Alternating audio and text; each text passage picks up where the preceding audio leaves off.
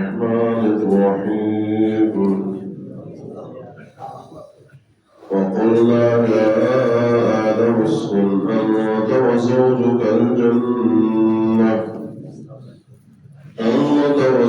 الجنة وكلا منها رغدا حيث شئتما ولا تقربا هذه الشجرة فتكونا من الظالمين فأزلهما الشيطان عنها فأخرجهما مما كانا فيه وقلنا اهبطوا بعضكم لبعض عدو ولكم في الأرض مستقر ومتاع إلى حين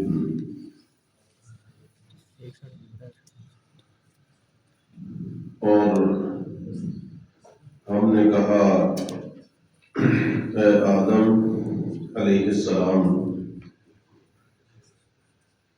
تم اور تمہاری بیوی اس جنت میں رہو اور کھاؤ اس میں سے بے روک ٹوک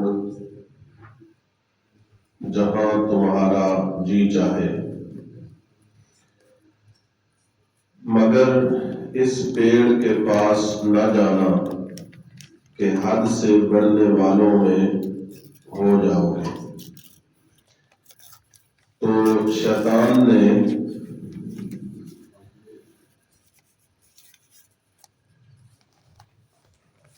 جنت سے انہیں لغزش دی اور جہاں رہتے تھے وہاں سے انہیں الگ کر دیا، اور ہم نے فرمایا نیچے اترو، آپس میں ایک تمہارا دوسرے کا دشمن ہے اور تمہیں ایک وقت تک زمین میں ٹھہرنا اور برتنا ہے۔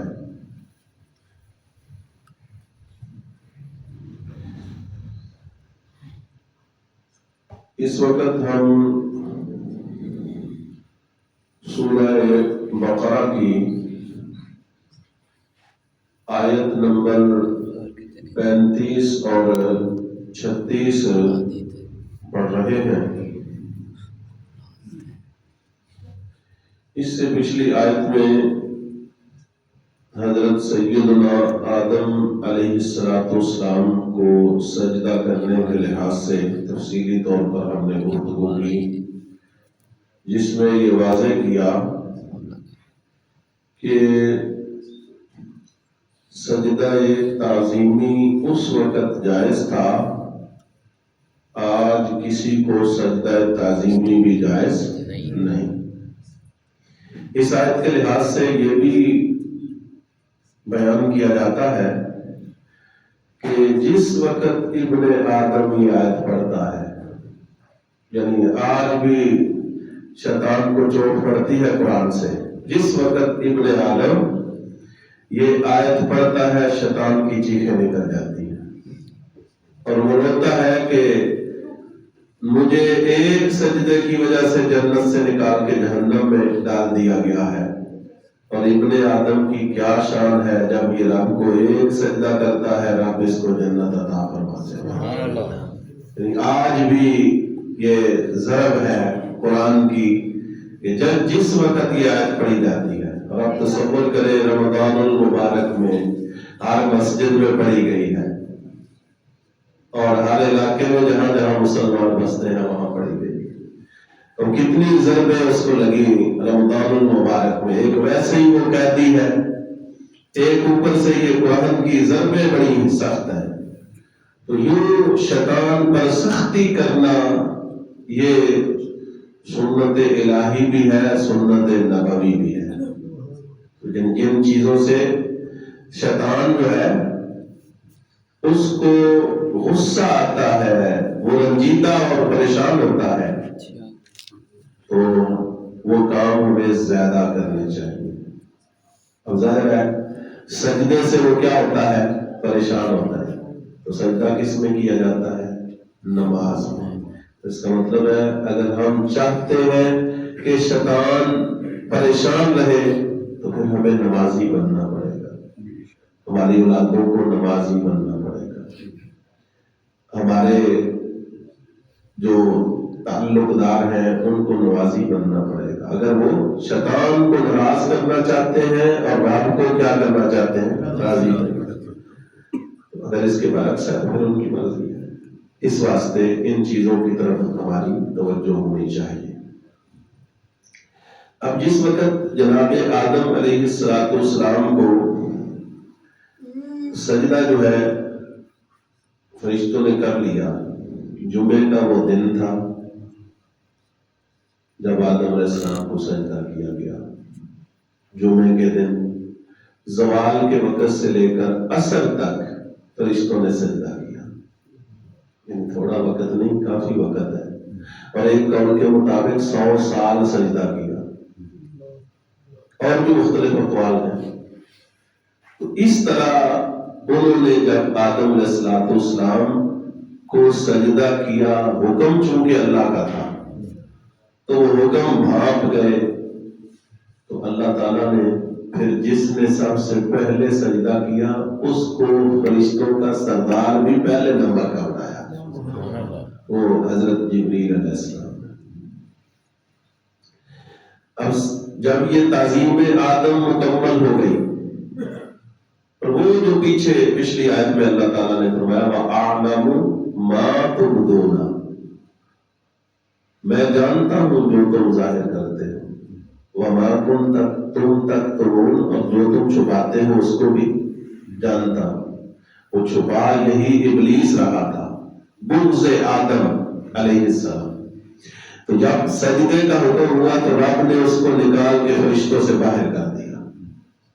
تو یہ ہے طریقہ کار کہ جب امتحان آتا ہے، پھر اب دیکھو علم اس کا اتنا جو ہے وہ علم تھا کہ فرشتوں کا استاذ تھا، لیکن چونکہ دل میں مرض تھا، بغض نبی تھا، تو پتہ چلا جب مرض دل میں آ جائے نبی کے خلاف تو علم کام نہیں آتا، تقوی کام نہیں آتا، عبادت کام نہیں آتی۔ شیطان سے بڑھ کر کس کی عبادت ہے؟ اصل بات ادب ہے، اور ادب میں بھی ادب رسول، اور ادب رسول میں رسولوں کے سلطان کا ادب تو نہایت ضروری ہے۔ اس کے بعد پھر یہ اگلا کلام ہے، اللہ تعالیٰ نے فرمایا وَقُلْنَا يَا آدَمُ اسْكُنْ أَنْتَ وَزَوْجُكَ الْجَنَّةَ، ہم نے کہا، اب دیکھو یہ شرف ہے آدم علیہ السلام کا کہ رب ذوالجلال خود آدم علیہ السلام سے کلام فرماتا ہے۔ ہم نے کہا اے آدم اسکن، تم رہو، انت وزوجک، اور تمہاری بیوی، کہاں؟ الجنت، جنت کے اندر، وَكُلَا مِنْهَا رَغَدًا مِنْ حَيْثُ شِئْتُمَا، اور تم دونوں کھاؤ جہاں سے تمہارا جی چاہے، بغیر روک ٹوک کے، یعنی تمہیں کوئی روکنے والا نہیں ہے، جس چیز کو تمہارا دل چاہے اور جہاں سے تم چاہو کھاؤ، لیکن ایک شرط لگ گئی، فرمایا کہ وَلَا تَقْرَبَا هَٰذِهِ الشَّجَرَةَ، اس درخت کے قریب نہ جانا، وَتَكُونَا مِنَ الظَّالِمِينَ، ورنہ تم حد سے بڑھنے والوں میں سے ہو جاؤ گے۔ اب رات کسے کہتے ہیں؟ رزق کو، کثیر رزق کو، وسیع رزق کو۔ تو چونکہ آدم علیہ السلام کو رب نے جنت میں ٹھہرایا، جنت بھی وسیع، جنت کی نعمتیں بھی وسیع، اس لیے فرمایا جتنا کھاؤ جہاں سے کھاؤ، کوئی روکنے والا تمہیں نہیں۔ اس حوالے سے اب یہ بات بھی ذہن میں رکھنی چاہیے کہ آدم علیہ السلام کو جب اللہ نے جنت میں بھیجا، جنت میں بھیجنے کے بعد اب وہاں وحشت ہے، کیونکہ کوئی اور انسیت کے لیے ہے نہیں، تو آدم علیہ السلام کو وہاں اونگ آئی، آپ لیٹتے ہیں تو رب ذوالجلال اپنی قدرت کاملہ سے آپ کی پسلی سے حضرت حوا علیہ السلام کو پیدا فرماتا ہے۔ وہ اب جب آپ بیدار ہوتے ہیں تو دیکھتے ہیں کہ یہ کیا صورتحال ہے، تو ان سے کلام کرتے ہیں، مجھے اللہ نے تمہارے سکون کے لیے پیدا کیا۔ رشتے بھی دیکھ رہے ہیں، پوچھتے ہیں اس کا نام کیا ہے؟ آدم علیہ السلام نے فرمایا اس کا نام حوا ہے، کیونکہ اللہ نے اس کو زندہ انسان سے پیدا کیا ہے۔ روایات میں آتا ہے کہ جب آدم علیہ السلام ان کی مقاربت ہاتھ لگانے لگے تو فرشتوں نے کہا کہ نہیں، ابھی حق مہر جو ہے وہ ضروری ہے۔ پوچھا گیا کیا حق مہر ہے؟ مختلف روایات میں مختلف تعداد میں درود شریف کا تذکرہ آیا، لیکن اتنا تو کم از کم ضروری ہے کہ ہماری اماں جی کو جو حق مہر کا تحفہ دیا گیا ہے وہ میرے آقا علیہ السلام پر پڑا ہوا درود ہے۔ سبحان اللہ۔ تو اس لیے پھر اس کا صرف احترام نہیں کرنا چاہیے، ساتھ ساتھ اہتمام بھی کرنا چاہیے۔ احترام تو اپنی جگہ پر برقرار ہے، احترام کے ساتھ ساتھ اہتمام کرنا بھی چاہیے۔ اس طرح پھر اللہ تعالیٰ نے دونوں کو جو ہے وہ ٹھہرایا۔ پھر اس درخت کے حوالے سے بھی بہت ساری طویلیں اور بہت ساری باتیں کہ وہ فلاں ہے۔ اس حوالے سے حضرت عمر رضی اللہ تعالیٰ عنہ کے فرمان کی طرف توجہ کرنی چاہیے۔ یعنی آپ نے فرمایا کہ ہمیں کیا ضرورت ہے اس درخت کو کھودنے کوریدنے کی، وہ جو بھی تھا جیسا بھی تھا ہمیں کیا ضرورت، کیونکہ اللہ جانے آدم علیہ السلام جانے معاملہ حل ہو گیا ہے، ہمیں اس درخت کے پیچھے نہیں کرنا چاہیے۔ اس واسطے وہ کون سا درخت تھا اللہ بہتر جانتا ہے، جس سے کیا کیا گیا، روکا گیا۔ معروف یہی ہے گندم کا درخت تھا، حالانکہ روز گندم کھانے ہیں، ایک ٹائم نہیں جنہیں ٹائم کھائیے تو کی کھانے ہیں، تھوڑا جا سوچنا بھی چاہیے تھا۔ مشہور یہی ہے، یہی درخت ہے، وہی پھر کھوائی جانا سیکھو۔ یعنی کچھ تھوڑا، اس لیے بہترین احتیاط اسی میں ہے کہ کون سا درخت تھا اللہ بہتر جانتا ہے، آدم علیہ السلام بہتر جانتے ہیں۔ اب جب وہاں پر حضرت حوا علیہ السلام حضرت آدم علیہ السلام رہے، اس کے بعد ابھی شیطان پر مکمل پابندی نہیں لگی تھی۔ اس کو بھی چونکہ وہ بھی پہلے رشتوں کے ساتھ تھا، جنت میں آنا جانا تھا، مکمل پابندی نہیں تھی، لہذا وہ پھر جنت میں گیا۔ اس نے پھر وہاں پر اپنا کام کیا۔ یاد رکھیں جب دشمن کمزور ہو تو مکار بھی بن جاتا ہے۔ دشمن سامنے آ کر حملہ کرنے کی طاقت نہ رکھے تو مکار بھی، یہودی سامنے حملہ کرنے کی طاقت نہیں رکھتے، مکار بھی ہیں اور بہت سخت مکار ہے، اور پوری دنیا میں مکاری کی وجہ سے کامیاب ہے۔ اس بنیاد پر اب اس نے کہا کہ میں تمہارا خیر خواہ ہوں، میں تمہیں بتاتا ہوں ایسے درخت کے بارے میں جس کو تم کھا لو گے تو ہمیشہ یہاں ہی رہو گے، ورنہ تمہیں نکال دیا جائے گا۔ اس پر سیدنا آدم علیہ السلام نے کہا نہیں، ایسا میں نے نہیں، ادھر جانا ہی نہیں ہے۔ پھر کیا ہوا؟ وَقَاسَمَهُمَا إِنِّي لَكُمَا لَمِنَ النَّاصِحِينَ، اس نے قسمیں اٹھائی اللہ کے نام کی۔ تو معلوم ہوا کبھی کبھی جو اللہ کو نہ ماننے والا ہے وہ بھی دھوکہ دینے کے لیے اللہ کا نام لے لیتا ہے، اور ایسا ہوتا ہے بہت ساری جگہوں پہ۔ بعد میں پتہ چلتا ہے کہ یار یہ تو اس وقت اس لیے یہ کام کر رہا تھا تاکہ ہمیں دھوکہ دے۔ تو یہ شیطانی چالیں سمجھے اس کو اور سمجھنا چاہیے۔ اب جب یہ شیطان نے قسم دی تو آدم علیہ السلام کے ذہن میں آیا کہ یہ اللہ کا نام لے رہا ہے تو اب ظاہر ہے جھوٹا تو نہیں نہ ہو سکتا. اللہ کے بندے اللہ کے نام پر کبھی کبھی اس لیے بھی جانتے ہوئے دھوکہ کھا جاتے ہیں کہ نام تو اس نے عظیم لیا ہے. چنانچہ آدم علیہ السلام نے وہ دانا کھا لیا. یہاں پر بھی یہ ذہن میں رکھنا چاہیے، ایک ہے اللہ کا حکم، ایک ہے اللہ کا ارادہ، ایک ہے اللہ کی رضا. یہ تینوں میں فرق ہے، تھوڑا تھوڑا فرق ہے. حکم، ارادہ اور رضا. اللہ تعالیٰ کا حکم یہ تھا کہ دانا نہیں کھانا، ارادہ تھا کھاؤ، کیونکہ کھاؤ گے تو زمین پر جاؤ گے، زمین پر جاؤ گے تو مصطفیٰ آئیں گے. رضا بھی یہی تھی کہ کھاؤ. تو اب آگے صورتحال یہ ہوئی کہ آدم علیہ السلام نے جب اس درخت سے چکھا تو اللہ تعالیٰ نے فرمایا کہ تم زمین پر اتر جاؤ. اب یہاں یہ ذہن میں رکھیں کہ قرآن پاک نے کہا فَأَزَلَّهُمَا الشَّيْطَانُ، ان دونوں کو شیطان نے لغزش دی. یہ نہیں کہ ان دونوں نے یہ کام کیا، مطلب کہ شیطان نے ان سے کیا کیا، کروایا. ان کا ارادہ نہیں تھا، ان کا ارادہ. اور جس چیز میں ارادہ نہ ہو وہ گناہ نہیں ہوتا.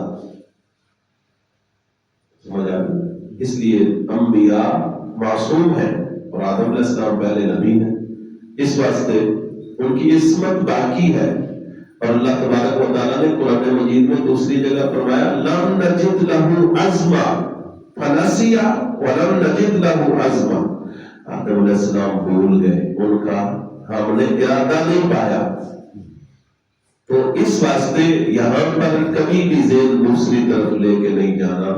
یہ بس اللہ کی حکمت ہے، رب جانے اور رب کے بندے جانے. مولانا روح رحمۃ اللہ علیہ فرماتے ہیں کارے پاکا را کے آساز خود مگیر گرچ باشد در نوشتن شعر و شیر. فرماتے ہیں بڑے لوگوں کے کاموں کو اپنے اوپر قیاس نہ کیا کرو. شعر اور شیر لکھنے میں برابر، لیکن دونوں میں بہت فرق ہے. شعر سامنے آ جائے تو انسان کے سانس جو ہے وہ سوکھ جاتے ہیں، اور شیر حلق میں اتر جائے تو اکھڑا ہوا سانس بحال ہو جاتا ہے. اتنا فرق ہے. اس لیے یہاں پر فرمایا ہے اب اترے نیچے ہوا اہبطوا.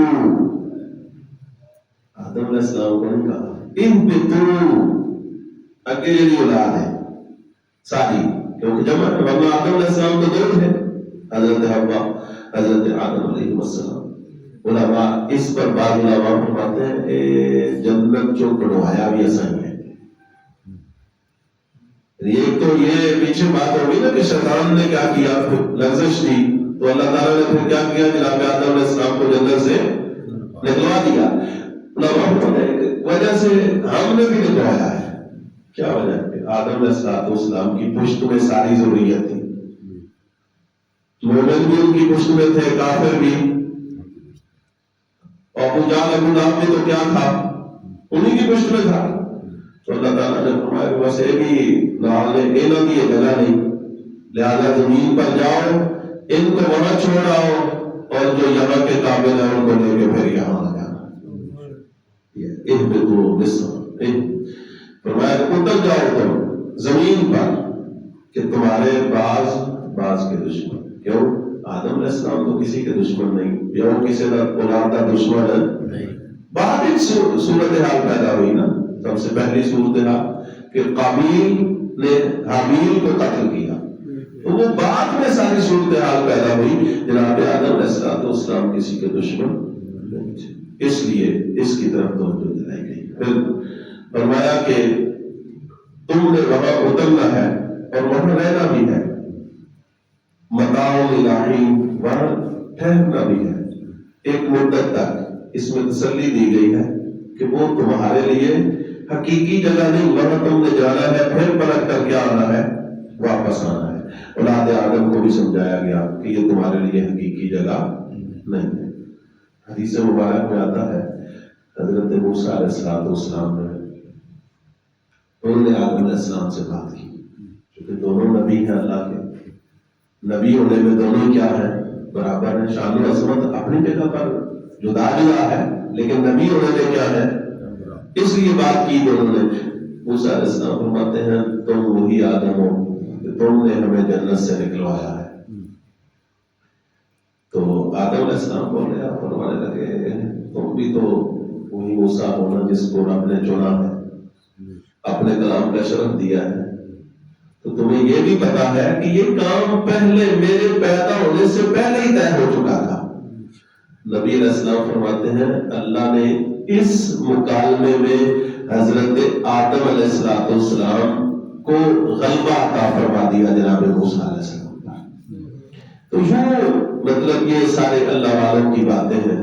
میں کئی بار یہ کہتا ہوں کہ جہاں بات جو ہو رہی ہو اگر اس کو وہاں جا کے سمجھا جائے خیالات میں، تخیلات میں، تو پھر بات جلدی سمجھ آ جاتی ہے اور ذہن میں اعتراضات پیدا نہیں ہوتے۔ اعتراضات پیدا تب ہوتے ہیں جب بات عرش کی ہو، اس کو ماحول فرش کا بنایا جائے، اور ظاہر ہے فرش اور عرش میں بہت فرق ہے، تو پھر بات میں بھی فرق آ جاتا ہے۔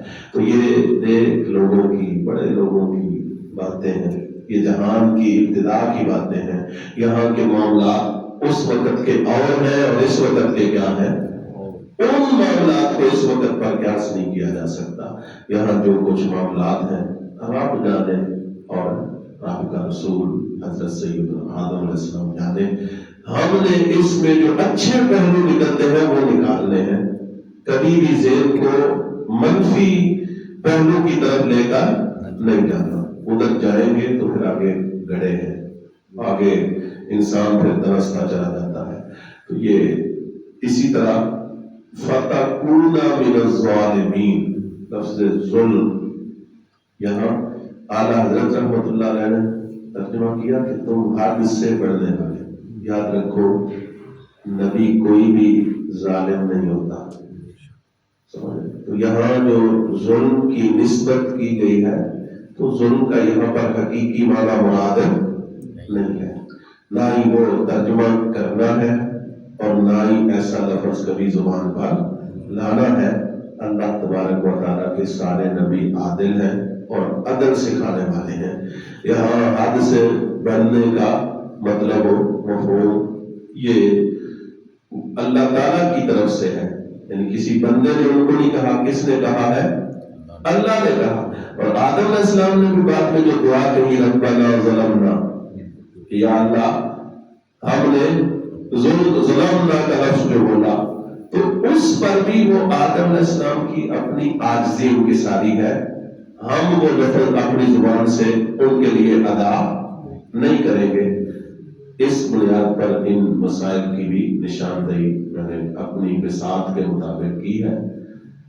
اللہ تبارک و تعالیٰ کی بارگاہ میں دعا ہے کہ رب ذوالجلال ہمیں اس مسئلہ میں صراط مستقیم پر چلتے رہنے کی توفیق عطا فرمائے۔ آمین۔